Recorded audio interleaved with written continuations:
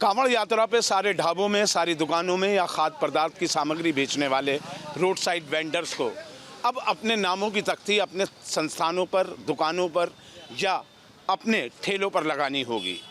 ये अभी तक मुजफ्फरनगर की पुलिस प्रशासन ने किया था, लेकिन मुख्यमंत्री योगी आदित्यनाथ ने अब इसे पूरे प्रदेश में लागू कर दिया है।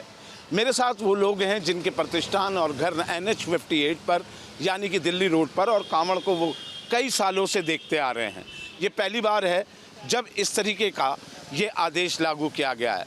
हालांकि ये बात दूसरी है, कोई भी ठेला कांवड़ मार्ग पर जब भीड़ हो जाती है पुलिस खड़े ही नहीं होने देती। वहाँ कुछ बेचना तो दूर, वहाँ पहुँचना भी दूभर होता है। वैसे भंडारे बहुत सारे लग जाते हैं जो समाज सेवी संगठन लगा लेते हैं, लेकिन ढाबे बदस्तूर कुछ चलते रहते हैं और कुछ बंद हो जाते हैं। मेरे साथ यहाँ पर लोग हैं और उनकी क्या राय है, सरकार का फैसला ठीक है या इसमें कोई पॉलिटिक्स है, क्योंकि विपक्ष इसे लगातार पॉलिटिक्स की आवाज़ दे रहा है। जितने भी विपक्ष हैं वो सब ने इस फैसले को गलत बताया है। अब मैं यहीं से शुरू करूँगा। नाम बताइए अपना और ये बताइए कि आप इसके समर्थन में हैं, कहाँ इसमें राजनीति भी दिखाई देती है कहीं? मेरा नाम परवीन चौहान है और मैं इसमें कहूँगा कि सरकार ने लगता है कि पहली फेज़ में कि थोप दिया है, लेकिन ये थोपना नहीं है। अगर इसका सही तरीके से सरकार ये करती कि अपना नाम लिखे, पता लिखे, फ़ोन नंबर लिखे, इससे सरकार के पास एक डाटा आता और वो डाटा और भी कहीं काम आ सकता था। लेकिन पहले फेज़ में अब ये कांवड़ यात्रा शुरू हुई, एकदम से थोप नहीं कहेंगे इसे। इसमें लेकिन चेंज की ज़रूरत है। बाकायदा जो भी कोई ठेली वाला है, जो भी कोई व्यापार कर रहा है, उसका नाम हो, पता हो, फ़ोन नंबर हो, ताकि सरकार कुछ हो जाए तो उसे कहीं ना कहीं सरकार को वो काम आए। चलिए, कांवड़ यात्रा में तो ये सब हो जाएगा, लेकिन आम दिनों में भी तो सब ठेली वाले घूमते ही हैं। व्रत तो हमारे 365 दिनों में हमेशा चलते रहते हैं, कभी नवरात्रे, कभी जन्माष्टमी का, कभी किसी के व्रत। तो क्या तब ये बात अप्लाई होनी चाहिए या सिर्फ कांवड़ पर ही लागू होनी चाहिए? मैंने ये कहा कि सभी पे, ये एक दिन का काम नहीं है। कोई भी अगर व्यापार कर रहा है वो पूरे हर एक के लिए लागू है। आपने अगर कभी ध्यान दिया हो, पहले रिक्शा वालों तक के एक तरह से लाइसेंस होते थे, नगर निगम में, नगर पालिका में रजिस्ट्रेशन होता था। ऐसे इनका भी हो जाए, क्या बुराई है? लेकिन ये कांवड़ यात्रा से पहले किया है तो कहीं ना कहीं अधिकारियों पे, सरकार पे भी संदेह तो होता ही है। भाई नाम बताइए और अपना पक्ष बताइए। मेरा नाम प्रणव अहलावत है और मैं समझता हूँ ये जो निर्णय है ये गलत है। ठेलों की पहचान उनके फलों की ताज़ा होने और बासी होने से होनी चाहिए थी, किसी के नाम या उसके गांव के नाम से नहीं होनी चाहिए थी। दूरी का जो अनुभव होगा लोगों को, वो उन्हें बहुत ही परेशान करेगा। मतलब आप लोग तो कांवड़ भी लगाते हैं, समाज सेवी संगठन भी चलाते हैं, समाज सेवा भी करते रहते हैं। हमारे यहाँ हर तरह का आदमी समाज सेवा करता है, हर धर्म का आदमी समाज सेवा करता है। अब उसमें ऐसे में ये भी देखा गया है कि ये मुजफ्फरनगर हाईवे पे 4 मुस्लिमों को जॉब से निकाल दिया गया है, और ये सोचने के बाद कि हमारे यहाँ कोई खाना नहीं खाएगा। तो ये जो सब्जेक्ट उठ के आता है कि लोगों में एक तरह से इसे कहेंगे कि धर्म के आधार पर इसे तोला जाएगा, लोग उसी नज़र से उसे देखेंगे, तो ये बहुत गलत सब्जेक्ट हो जाएगा और बहुत गलत मैसेज ये आगे पहुंचाएगा। मेरे हिसाब से जो निर्णय लिया है गलत लिया गया है। आप अपना नाम बताइए और बताइए कि इस बारे में आपकी क्या राय है, क्योंकि आप NH 58 में जिटौली पे ही रहते हो, वहाँ से तो निकलती है पूरी कांवड़ यात्रा, गढ़ में हो आप। मेरा नाम नीरज चौधरी है और मेरा यही कहना है कि जो कांवड़ यात्रा चल रही है और जो सरकार का जो आदेश आया हुआ है कि नाम लिखने के लिए, नाम से कोई आपत्ति नहीं होनी चाहिए। देखो, आदमी जो एक दुकानदार खड़ा है, वो चाहे फल विक्रेता हो, चाहे सब्जी विक्रेता हो, चाहे दुकानदार हो, उसके अपने माल से, क्वालिटी से माल बिकता है, ना कि नाम से बिकता है। नाम से कोई दिक्कत नहीं होनी चाहिए। हाँ, मैं इतना कहूँगा, शासन को इतना भी करना चाहिए, जो रोड पे NH 58 पे लगा के आगे तक जो अतिक्रमण करते हैं, ये हटना चाहिए कि ताकि कांवड़ यात्रियों को कोई असुविधा ना हो। और जो बीच में ठेले वाले लेके बढ़ जाते हैं बीच में, अपने जो ठेले कांवड़ के बीच में, जिससे कि भावना बिगड़ने का वो रहता है, जिससे कांवड़ियाओं को होता है कि उनकी कांवड़ खंडित होती है, वो ना हो। और जो एक शांतिपूर्वक जो ये कांवड़ यात्री चलेंगे वे अपने जल लेकर अपने स्थान पर पहुँच जाए। मतलब ये आदेश आपको ठीक नहीं लग रहा सरकार का? नहीं, सरकार का आदेश ठीक है, सरकार का आदेश ठीक है और दुकानदारों को उसका पालन भी करना चाहिए और प्रशासन को भी जो है सख्ती से इनके सरकार के आदेश का पालन कराना चाहिए। और साथ साथ ये भी सोचना चाहिए कि जो अतिक्रमण होगा, जो ये दुकानदार हैं, जो ये ठेले लेकर रोड पे लगे हुए हैं, ये इन पे क्या नियम है, कैसे खड़े हैं? ये नगर निगम वालों ने खड़े करा रखे हैं या जिला पंचायत वालों ने खड़े करा रखे हैं? किसने करा रखे हैं? किसके आदेश पर खड़े हैं ये? भाई नाम बताइए। जॉन धनखड़। जॉन धनखड़ जी, आपको क्या लगता है? आप तो दौराला के रहने वाले हैं और वहाँ कावड़िया अब आना शुरू हो जाएगा। ऐसा इससे ज़्यादा फर्क तो पड़ने वाली है नहीं सरकार को। भाई हम खुद अपना कावड़ शिविर लगाते हैं, एसडीएम और थाना स्तर से परमिशन लेते हैं। परमिशन जब हम परमिशन भोलों की सेवा करने के लिए ले रहे हैं, तो अगर कोई फल बेच रहा है या कुछ खाने की व्यवस्था बेच रहा है, वो नाम लिख लेगा तो उसमें तो कोई नया इशू आना नहीं चाहिए। सरकार को नाम के साथ साथ केवल व्यवस्था पे ध्यान देना चाहिए। किसी के भी कुछ व्यापार करने से कोई किसी कावड़िया को समस्या ना हो। समस्या ना हो।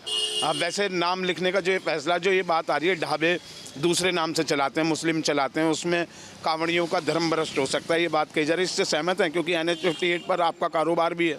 ऐसा ये बिल्कुल सही है।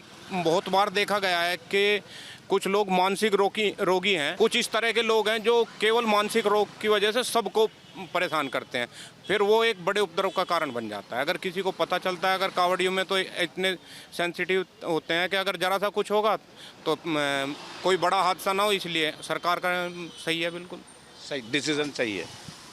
नाम बताइए और अपना पक्ष। मेरा नाम पराग शर्मा है। मेरा ये कहना है कि ये सारी चीज़ें शुरुआत कहाँ से हुई है।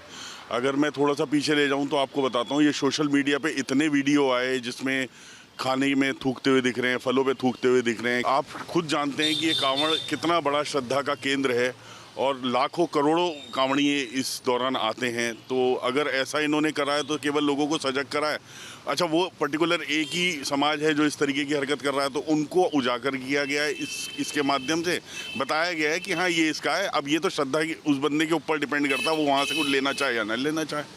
तो उजागर करके मेरा ये कहना है कि हाँ, लेने जो हमारे कांवड़िए आ रहे हैं ये उनके ऊपर डिपेंड करता है कि उनसे अगर वो लेना चाहें ले, ना लेना चाहे ना ले। तो ये नाम इंगित होना चाहिए। हाँ, ये मेरे हिसाब से ये करके एक बहुत बड़े, अगर कुछ भी ऊंच नीच होती है उससे बचने का एक अच्छा तरीका है। तो विपक्ष जो इस पर आवाज़ उठा रहा है उसको लेकर क्या कहना है?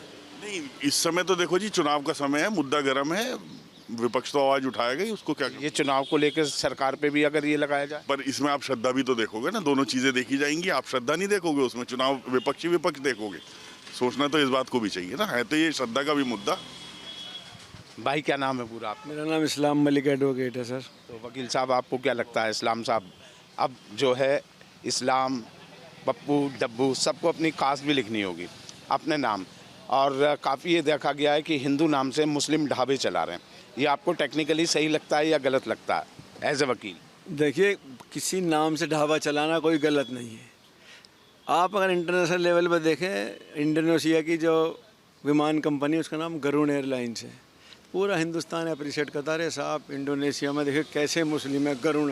अगर मैं यहाँ सिवा ढाबा रखता हूँ तो उस पर दिक्कत है। तो यानी कि दिक्कत छोटे आदमी से है, दिक्कत हिंदू मुसलमान है, दिक्कत छोटे आदमी है कि वो छोटा आदमी छोटा कारोबार कर रहा है कि नहीं भाई तुम मत रखो, वो गरुड़ रख ले तो बहुत बढ़िया, आपने सिवा ढाबा रख लिया तो ये गलत है, आपको हटाया जाएगा। तो ढाबा सिवा रखे, सोच कुछ भी रखे, नाम रखने में क्या दिक्कत है? ठीक है, अगर आपको प्रोपराइटर का नाम लिखवाना तो लिखवा लो, कोई दिक्कत की बात नहीं, चलिए पता होना चाहिए इसका मालिक कौन है। लेकिन सिवा ढाबा रख लिया या कृष्ण ढाबा रख लिया, इस पर आपत्ति, ये बिल्कुल गलत है। ये एक तरह समाज को बांटा जा रहा है, एक्सकम्युनिकेट किया जा रहा है एक बड़ी समुदाय को, और इससे एक बंटवारा आगे बढ़ेगा। आप इसे जोड़ने की बात नहीं करें। और भारतीय जनता पार्टी हर चीज़ को चुनाव के माहौल में लेकर चलती है, क्योंकि पश्चिम में उपचुनाव होना है तो उन्होंने ये प्रोपेगेंडा यहाँ अपनाया है, और ये बिल्कुल गलत है, नहीं होना चाहिए। इससे खाई बढ़ेगी, घटेगी नहीं। ये देश के लिए खतरे की घंटी है। जिस तरह जर्मनी में नाजियों ने निशान लगाकर यहूदियों को मारा, साथ भारतीय जनता पार्टी को ऐसी योजना है कि वो मुसलमानों को एक्सकम्युनिकेट करना चाहती है कि आप इधर रहिए, गाजा पट्टी की तरह रहिए और हम आपका इलाज करेंगे। ये भारतीय जनता पार्टी की योजना मुझे लगती है। आज जावेद अख्तर ने भी ये ट्वीट किया है, तो आप बोल रहे हैं। जावेद अख्तर जी ने क्या कहा मैंने नहीं पढ़ा, लेकिन मैं अपनी सोच बता रहा हूँ कि ये ऐसा लगता है क्योंकि भारतीय जनता पार्टी लगातार चुनाव हारती जा रही है। अभी आपने देखा लोकसभा में उनका इलाज हो गया पूरा उत्तर प्रदेश के अंदर। अब वो सोच रहे हैं इसे कैसे पूरा करें, उनके पास कोई मुद्दा ही नहीं है कि भाई ये हिंदू मुसलमान, होटल का नाम बदलवा दो, मोहल्ले का नाम बदलवा दो, अलीगढ़ का हरिगढ़ कर दो। क्या हरिगढ़ करने से अलीगढ़ वालों को कोई विशेष प्रायोरिटी मिल जाएगी? मिल जाएगी क्या? नहीं मिलेगी। लेकिन चूँकि 10-20% लोग उन्माद में रचे हैं कि ठीक है साहब अलीगढ़ की जगह हरिगढ़ कर दो, भाई हरिगढ़ कर दो, इस्लाम मलिक तो खिलचेगा ही।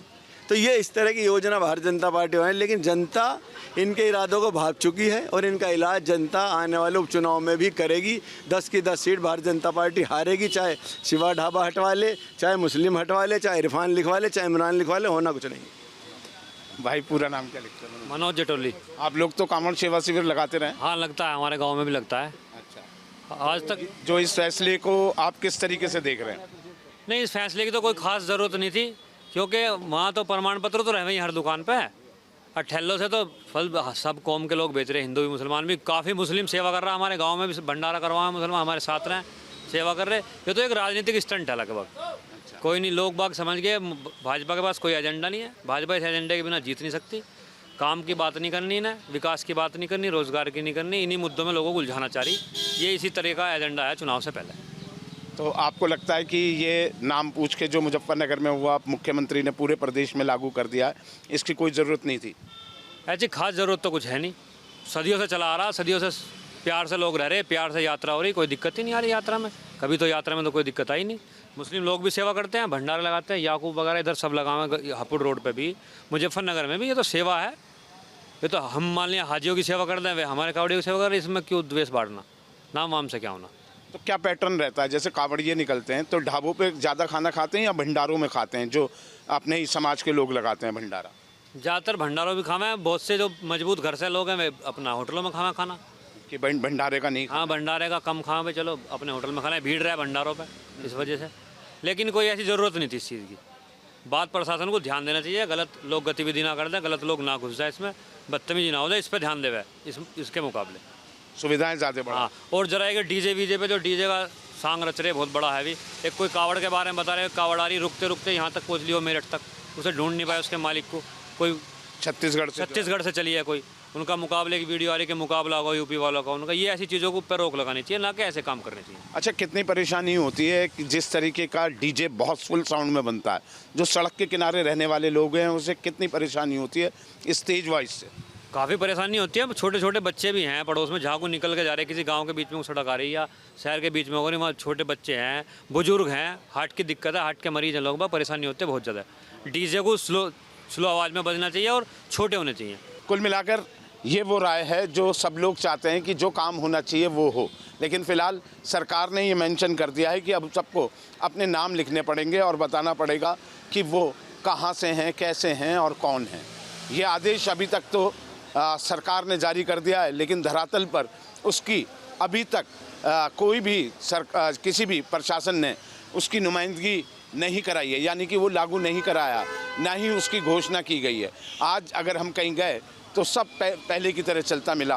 हो सकता है ये आदेश लिखित में आने के बाद ही प्रशासन मेरठ, मुजफ्फरनगर, गाज़ियाबाद और सहारनपुर और जितने भी ज़िले ये NH 58 पर पड़ते हैं वो उसके बाद ऐसी एडवाइजरी जारी करें। फ़िलहाल तो स्थिति पहले जैसी है। वीडियो जर्नलिस्ट नवीन पाल के साथ अभिषेक शर्मा, मेरठ न्यूज़ स्टेट, उत्तर प्रदेश।